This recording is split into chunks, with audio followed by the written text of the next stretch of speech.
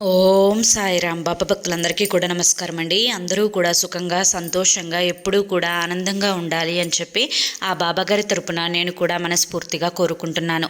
ఈరోజు బాబాగారు అందించే సందేశం ఏంటి అంటే కనుక, తల్లి నీ నాశనాన్ని కోరే ముగ్గురు ద్రోహుల పేర్లు చెప్తాను, సాక్ష్యాలతో సహా వారి గురించి నీ ఎదురుగా ఈరోజు బయట పెడతాను అని చెప్పి ఏదో తెలియని సందేశంతో బాబాగారు మన ముందుకు వచ్చారండి.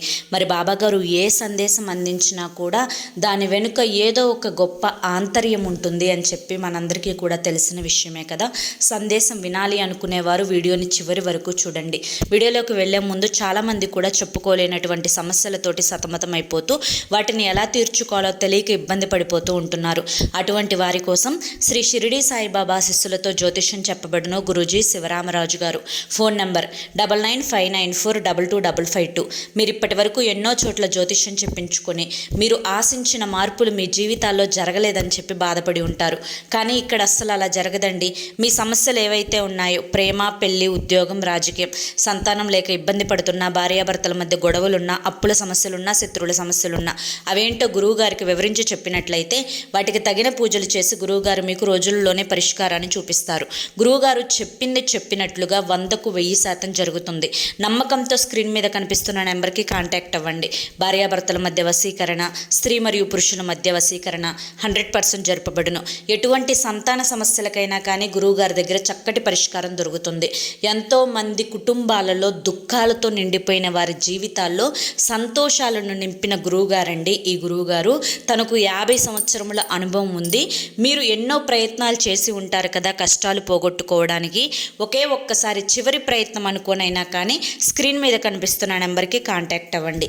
ఇక ఆలస్యం చేయకుండా మనం బాబాగారి యొక్క సందేశం ఏంటో తెలుసుకుందాం. తల్లి, ప్రతి ఒక్కరి జీవితంలో కూడా మంచి కోరుకునేవారు కొంతమంది ఉంటే వారి యొక్క పతనాన్ని కోరుకునేవారు కొంతమంది ఉంటారు. అలాగే నీ జీవితంలో కూడా నీ మంచిని కోరుకునేవారు ఎంతమంది ఉన్నారో నాకు తెలియదు, కానీ నీ పతనాన్ని కోరుకునే వారి గురించి మాత్రం ఈరోజు చెప్పాలి అనుకుంటున్నాను. ఎందుకు ఈ మాట చెప్తున్నాను అంటే కనుక, తల్లి నీ యొక్క మంచి కోరుకునే వ్యక్తులలో నీ యొక్క రక్త సంబంధికులు ఉంటారు, అలాగే నీ తోబుట్టువులు ఉంటారు, నీ కన్న తల్లిదండ్రులు ఉంటారు, నీ కడుపున పుట్టిన పిల్లలు ఉంటారు. నీకు ఏదైతే భగవంతుడు ఇచ్చినటువంటి అర్ధ భాగం అంటే భార్యకు భర్త, భర్తకు భార్య తోడుగా ఉంటారు.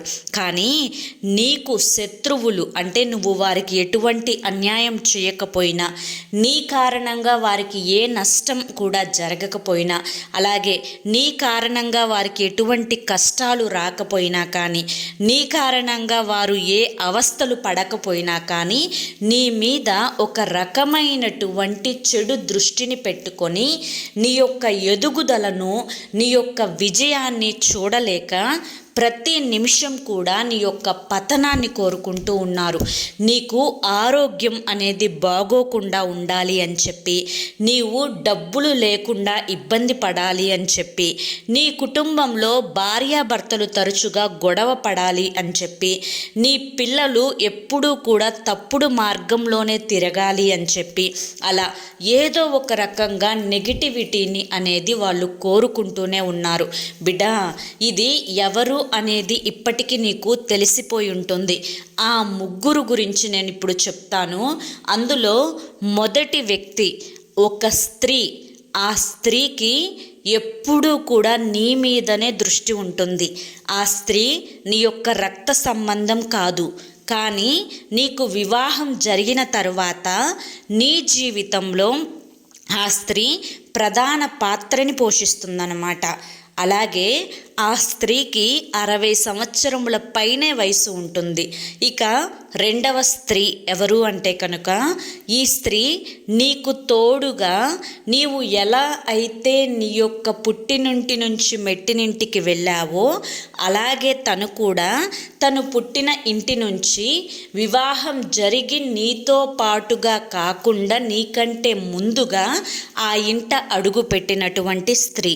ఇక మూడవ వ్యక్తి ఎవరు అంటే కనుక ఇక్కడ నీ యొక్క కుటుంబానికి చెందినటువంటి స్త్రీ కాకపోయినప్పటికీ కూడాను వీరి ఇద్దరికీ కూడా బాగా సన్నిహితంగా, చాలా స్నేహంగా, ఒకరికొకరు గౌరవంగా, ప్రాణంగా ఆ యొక్క ఇద్దరు ఏదైతే ఆవిడతోటి చెప్తారో దానికి ఇంకాస్త 4 ఎగస్ట్రా పుట్టించి వారి మనసుల్లో విత్తనాలను నాటి అవి పెరిగి పెరిగి మహావృక్షమై పెద్ద మానులాగా తయారయ్యేలా చేసేటువంటి కుట్ర మాటలు, ఈర్ష్యపు మాటలు, అసూయపు మాటలు అనేవి ఆ స్త్రీ ఆ ఇద్దరిలో ఇంకాస్త పెంచుతూ ఉంటుంది. ఉదాహరణకి అగ్నిలో ఆర్జ్యం పోస్తే నిప్పు ఎలా అయితే భగభగమని మండిపోతుందో ఈ యొక్క ఇద్దరు స్త్రీలకు ఆ స్త్రీ తోడైంది అంటే ఇంకా నీ గురించి చెప్పుకోవడమే వారి యొక్క మెయిన్ ఉద్యోగంగా మారిపోతుందన్నమాట. ఇక్కడ ఎవరికి ఎవరు అన్యాయం చేశారు అన్నది ముఖ్యం కాదు. ఒకరిని మేము ప్రేమగా చూడాలి, మరొకరిని మేము తొక్కేయాలి అన్న టార్గెట్ మాత్రమే వాళ్ళ యొక్క జీవిత లక్ష్యంగా పెట్టుకుంటారు. బిడ్డ, ఆ స్త్రీ బయట ఇంటి పేరుతో ఉన్నటువంటి స్త్రీ నీకు వరసకు మరదలు కాదు, వదిన వరస అయ్యేటువంటి స్త్రీ. ఈ ముగ్గురు కూడా చాలా రకాలైనటువంటి కుట్రలు నీ మీద పన్నారు. నలుగురిలో నీ మీద చెడుగా ప్రచారం చేశారు. కుదిరిన ప్రతిసారి అవమానించారు. అలాగే నీ యొక్క పరువు తీయడానికి రకరకాలైనటువంటి ప్రయత్నాలని కూడా చేశారు. ఎక్కడికక్కడ కూడా నువ్వు ఆ స్త్రీల పన్నాగాలను తిప్పికొట్టే ప్రయత్నాలు చేసినప్పటికీ నువ్వు ఒంటరి దానివి అని తెలుసుకొని, నీకు బలగం తోడు ఎవరు లేరు అని చెప్పి తెలుసుకొని, నీవు ఒక్కదానివే కాబట్టి, మేము ముగ్గురిగా ఉన్నాము కాబట్టి ఏదైనా కూడా మాకు సాగుతుంది అన్న ఉద్దేశంతో ఒక రకమైనటువంటి అంటే ఒక యజమాని తరహాగా ఒక అహాన్ని పెంచుకొని వారి యొక్క జీవితంలో నిన్ను తొక్కడానికి ఇంకా ఇంకా ఇంకా కుట్రలు పన్నుతూనే ఉన్నారు. ఉదాహరణకి మీ భార్యాభర్తల మధ్య గొడవలు జరగడానికి, మీ కుటుంబంలో సమస్యలు పెరగడానికి, మీరు అనుభవిస్తున్నటువంటి నెగిటివిటీ అంతటికీ కూడా వారి యొక్క దృష్టి దోషమే కారణం. బిడ్డ, ఈ దోషాన్ని వీలైనంత త్వరగా నువ్వు తొలగించుకొని జీవితంలో వారితో జాగ్రత్తగా ఉంటూ నీ జీవితంలో ఎక్కడా ఏ అలుసు అనేది వారికి దొరకకుండా జాగ్రత్తలు పడే ప్రయత్నం అయితే తప్పకుండా చెయ్యి. ఆ స్త్రీలతోటి చాలా జాగ్రత్తగా ఉండు అని చెప్పి ఈరోజు బాబాగారు మనకి చాలా చక్కటి సందేశాన్ని అందించారండి. మరి బాబాగారు అందించినటువంటి ఈ సందేశం మీ అందరికీ కూడా నచ్చింది, అర్థమైంది అని చెప్పి అనుకుంటున్నాను. నచ్చింది, అర్థమైంది అని చెప్పి అనిపిస్తే ఈ వీడియోకి ఒక లైక్ ఇవ్వండి. అలాగే కింద కామెంట్ సెక్షన్లో ఓం సాయిరామ్ అని చెప్పి టైప్ చేయండి. మొదటిసారి మన ఛానల్లోకి వస్తే సబ్స్క్రైబ్ చేసుకుని సపోర్ట్ చేయండి. అలాగే మరి కొంతమంది బాబా భక్తులకు వీడియోని షేర్ చేయండి. ఇక మీరు ఎటువంటి సమస్యలతోటి బాధపడుతున్నా స్క్రీన్ మీద కనిపిస్తున్నటువంటి గురువుగారి నెంబర్కి అయితే ఖచ్చితంగా కాంటాక్ట్ అవ్వండి. సమస్యల నుంచి బయటపడి జీవితంలో ఆనందంగా ముందడుగు వేయండి. రేపటి వీడియోలో మళ్ళీ కలుసుకుందాం.